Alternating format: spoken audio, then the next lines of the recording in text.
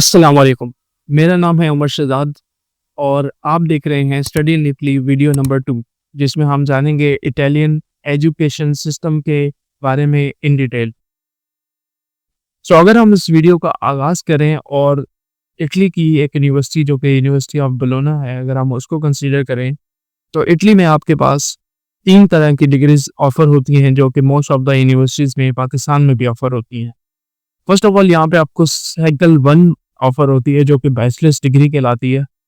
और सेकंडली आपको masters degree offer होती है, जो कि साइकिल 2 कहलाती है इटली में। एंड जो साइकिल 3 डिग्री होती है, that is known as PhD degree. तो इन तमाम डिग्री प्रोग्राम्स की क्या रिक्वायरमेंट्स होती हैं और कितने-कितने क्रेडिट आवर्स आपको इनमें कवर करने होते हैं, तो वो सब चीज़ें देखते हैं। तो फर्स्ट ऑफ ऑल अगर हम फर्स्ट साइकिल डिग्री की बात करें, जो कि बैचलर्स डिग्री कहलाती है, ये डिग्री इटली में आपकी 3 इयर्स की होती है और इसमें आपको 180 क्रेडिट्स कवर करने होते हैं, जिसके बाद आप इस डिग्री को हासिल कर सकते हैं। इस डिग्री के लिए जो एडमिशन रिक्वायरमेंट्स होती हैं, वो आपका इंटरमीडिएट सर्टिफिकेट आपको रिक्वायर्ड होता है। उसके साथ-साथ मोस्ट ऑफ द यूनिवर्सिटीज़ आपसे कहती हैं कि आप लैंग्वेज प्रोफिशिएंसी सर्टिफिकेट भी उन्हें प्रोवाइड करें, जो कि आपको आइल्ट्स देना पड़ता है या टोफल देना पड़ता है। और एक और रिक्वायरमेंट बैचलर्स के केस में होती है कि आपको कोई ना कोई एडमिशन के लिए टेस्ट देना पड़ता है।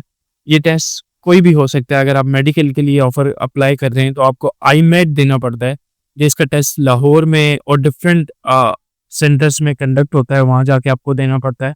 और उसी में ही आप अपनी यूनिवर्सिटी को, जिस यूनिवर्सिटी में अप्लाई करना चाहते हैं, वो मेंशन करते हैं और आप फिर उसी यूनिवर्सिटी में मेडिकल स्टडीज़ के लिए अप्लाई कर सकते हैं। इसके अलावा मैं देखूँ तो इसमें आपके पास स्ट्रक्चर कुछ ऐसा होता है कि कोर्सेज़ होते हैं, आप इलेक्टिव सेलेक्ट कर सकते हैं और इसमें इंटर्नशिप भी बाज़ औक़ात मैंडेटरी होती है, जो आपको इटली में करनी पड़ती है। तो ये था बैचलर्स डिग्री के बारे में। अगर हम देखें मास्टर्स डिग्री का, तो मास्टर्स डिग्री में बेसिकली आपके पास जो प्रोग्राम होते हैं, वो मेनली 2 इयर्स के होते हैं। आपको 120 क्रेडिट्स कवर करने होते हैं क्वालिफ़ाई करने के लिए, कि डिग्री हासिल करने के लिए। और इसमें बेसिकली आपके पास एडमिशन रिक्वायरमेंट्स में अगर हम देखें, तो आपको मिनिमम सीजीपीए यहाँ पे मेंशन है कि आपके पास 2.5 सीजीपीए वो मोस्ट ऑफ द यूनिवर्सिटीज़ को रिक्वायर्ड होती है, अगर आपने इंजीनियरिंग प्रोग्राम्स में एडमिशन लेना है।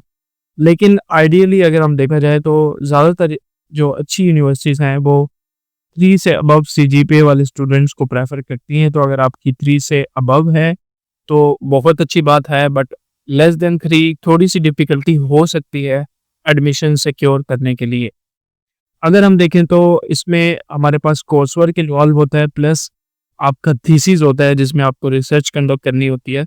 तो वो लास्ट सेमेस्टर में आप अपना थीसिस भी कर सकते हैं साथ में, और कोई कोर्स वर्क भी साथ में ले सकते हैं। और जो इसके बाद का जो हमारे पास करियर पाथ है, उसको देखा जाए, तो आपके पास पीएचडी की अपॉर्च्युनिटी होती है, अगर आप मास्टर्स अच्छे से करते हैं, या आप किसी प्रोफेशनल रोल के लिए अप्लाई कर सकते हैं वर्ल्ड वाइड।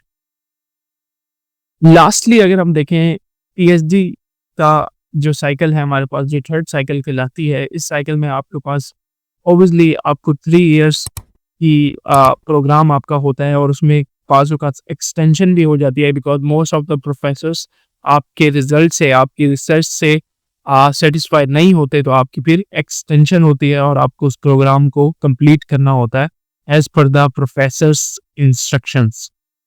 अगर हम देखें, तो इस प्रोग्राम के लिए रिक्वायरमेंट आपका मास्टर्स डिग्री आपको रिक्वायर्ड होती है अप्लाई करने के लिए, और साथ में आपको, अगर हम देखा जाए, तो रिसर्च प्रपोज़ल भी प्रोवाइड करना होता है, क्योंकि इटली में जो पीएचडी की कॉल्स आती हैं, उन कॉल्स में टॉपिक्स मेंशन्ड होते हैं, और उन टॉपिक्स को अप्लाई करने के लिए आपको एक रिसर्च प्रपोज़ल या प्रोजेक्ट प्रपोज़ल बनाना पड़ता है, जिसमें आप बताते हैं कि आप उस टॉपिक पे क्यों अप्लाई करना चाहते हैं, पीएचडी के लिए क्यों अप्लाई कर रहे हैं।